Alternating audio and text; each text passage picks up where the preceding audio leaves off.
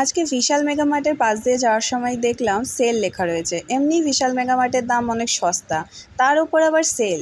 ভাবলাম একবার ঢুকেই দেখি কি কি জিনিস পাওয়া যাচ্ছে। তো মেয়ের জন্য নিলাম এই চশমাটা। এটা নিয়েছে 49 রুপিস, আমার তো বেশ সস্তাই লাগলো। এরপর নিয়েছে এই 6টা বাটির সেট, প্লাস্টিকেরই ছিল।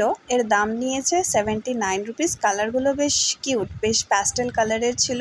বাচ্চাকে দিলে হয়তো ওর খেতেও হয়তো বেশ ইন্টারেস্টিং লাগবে, তাই নিলাম। কোয়ালিটি ঠিকই আছে।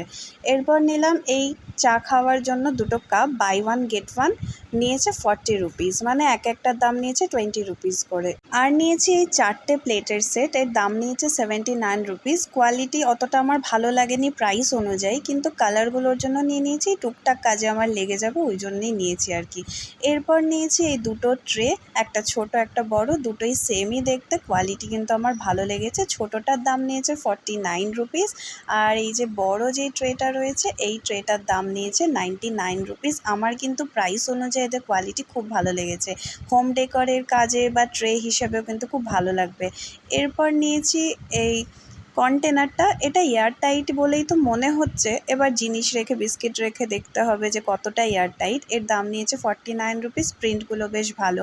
এটাও নিয়েছে একটা সেম, এটাও বেশ সুন্দর। কোথাও যদি বাইরে যাই তখন কিছু ক্যারি করতে বেশ হেল্প হবে, ওই জন্য নিয়ে নিয়েছি। কোয়ালিটি কিন্তু আমার যথেষ্ট ভালো লেগেছে প্রাইস পয়েন্ট অনুযায়ী।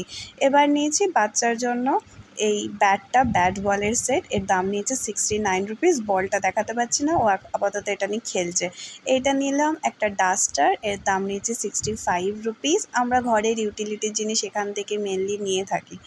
বাচ্চার জন্য নিয়েছি, সামনেই পুজো আসছে, তার জন্য নিয়েছি এই জামাটা। এই জামাটা হচ্ছে 18 থেকে 24 মান্থসের জন্য। এর প্রাইস নিয়েছে 65 রুপিস।